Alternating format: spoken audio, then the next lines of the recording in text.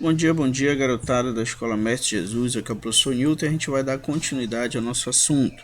Lembrando que nós estamos falando sobre a colonização portuguesa na América. Então hoje a gente vai falar um pouco sobre a organização política nesse primeiro momento aí da colônia, tá? Você já sabe que nós conversamos na última aula que de 1500 até 1530 não ocorreu a efetiva colonização no território. É por isso que a gente chama esse período de período pré-colonial, antes da colonização. A gente viu que nesse período, basicamente, nós tivemos expedições de reconhecimento e expedições guarda-costas, tá? Somente quando acontece a crise no comércio com as Índias, o dinheiro investido perto do lucro passa a não ser um negócio tão lucrativo, é que de fato os portugueses decidem colonizar o Brasil, lembrando também que a gente não pode esquecer as ameaças estrangeiras, né? As ameaças de outras nações. Então, no momento em que o rei português se sente ameaçado de perder esse território, ele decide, de fato, colonizar o Brasil, certo? E aí a gente tem em 1532 a vinda para o Brasil aí de Martim Afonso de Souza, esse jovem conquistador aqui, ó, esse rapazinho aqui, tá? Tinha aí 32 anos, né? Ele nasce em 1500, então já tinha 32 anos quando ele vem e ele funda a primeira vila do Brasil. No caso aí, a Vila de São Vicente. Hoje fica aí onde é o estado de São Paulo, certo? Ou seja, gente, a partir do momento que você tem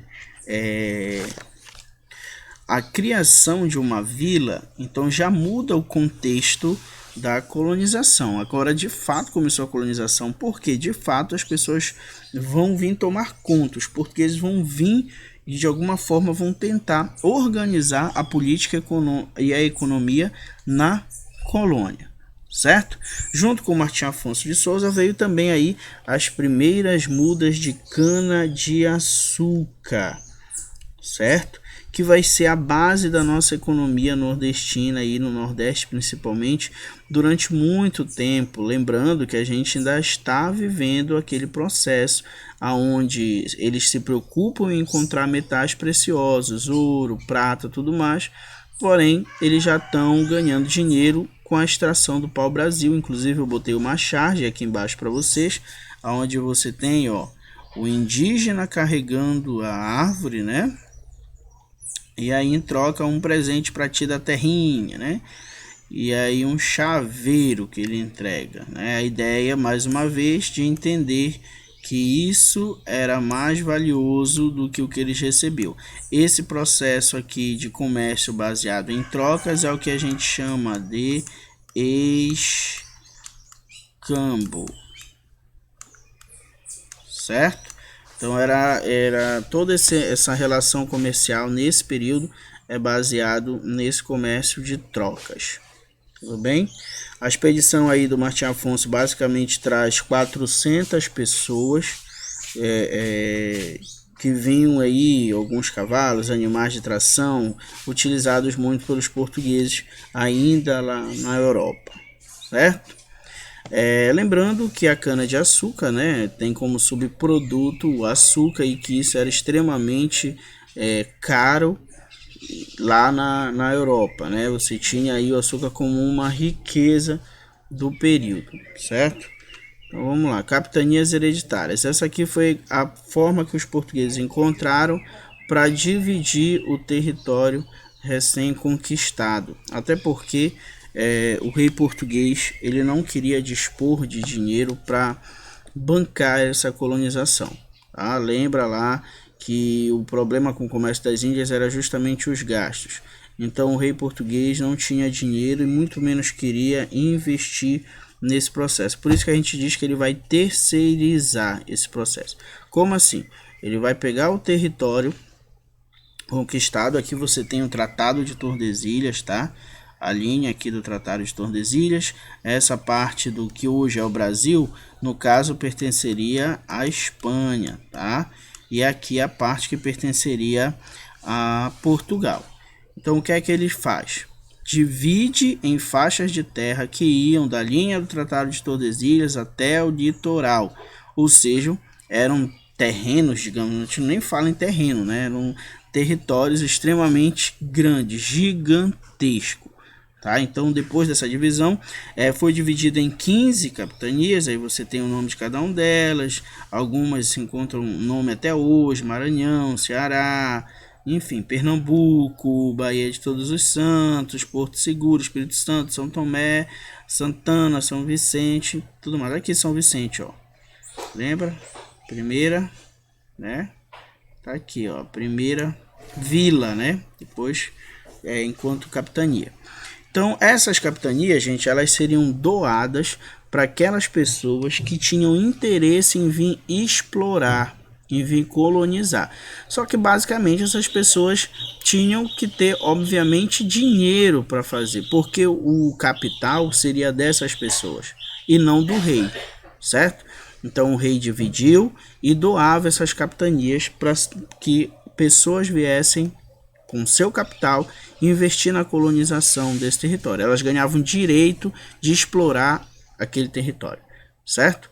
Como eu disse, essas pessoas eram extremamente ricas, então você tem pessoas muito ligadas ao rei, à aristocracia, à elite, recebendo o domínio dessas terras. Aqui começa, gente, a má distribuição de terras no Brasil. Olha só, como é que pode todo um território desse aqui ser considerado... Cadê a minha caneta, gente? Ser considerado de uma única pessoa, né? Essa pessoa que recebia aí o direito a explorar uma capitania, a gente chamava de donatários, certo? Donatários, bem aqui, ó. Tá? Os donatários tinham a missão aí de fazer a capitania gerar riquezas, tá? Basicamente, nós tivemos aí 15 faixas de terra que foram doadas para 12 pessoas que, obviamente, eram de confiança do rei, certo? Que pertenciam à elite. Do donatário também, gente, era a função de cobrar impostos, porque, olha só, ele tinha que promover a extração, a geração de riquezas na sua capitania e também a colonização, ou seja, o povoamento, certo?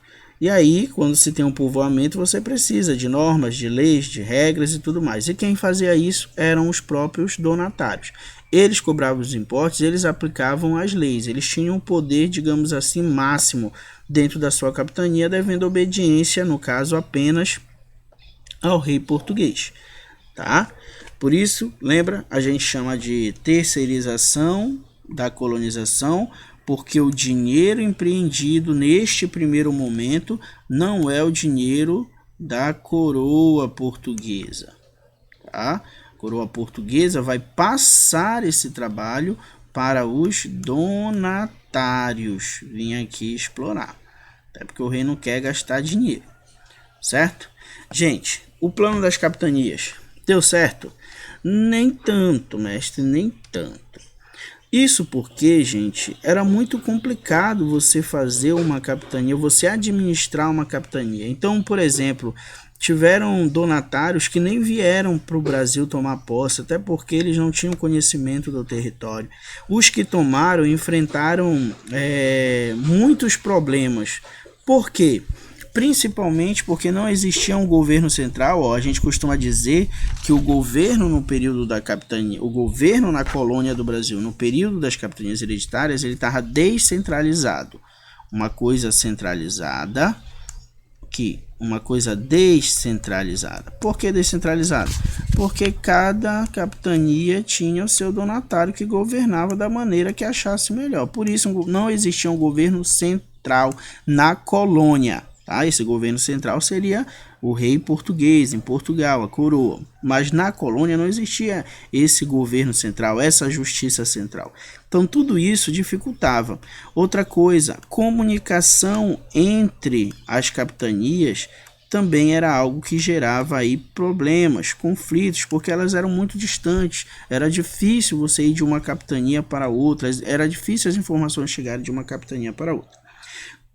Fora isso, você tem os ataques dos indígenas, principalmente aqueles que viviam mais no interior do território.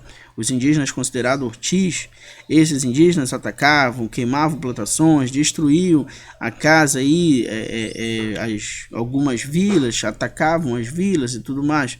E sem um governo central no Brasil ficava complicado também dar suporte para esses donatários. Então, basicamente, nós tivemos duas capitanias que de fato prosperaram, que foi São Vicente e Pernambuco. Então pensa, de 15 capitanias, apenas 2 deram certo. E agora o rei português tem que decidir o que fazer.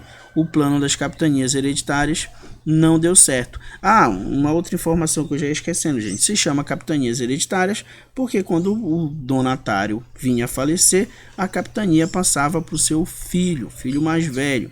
Lembrando que essa terra, ela não podia ser vendida, muito menos distribuída, dividida, não.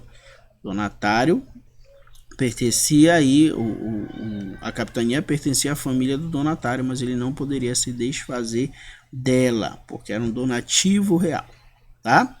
Gente, por hoje é isso. Fiquem com Deus. Para vocês, exercício da página 28 e 29.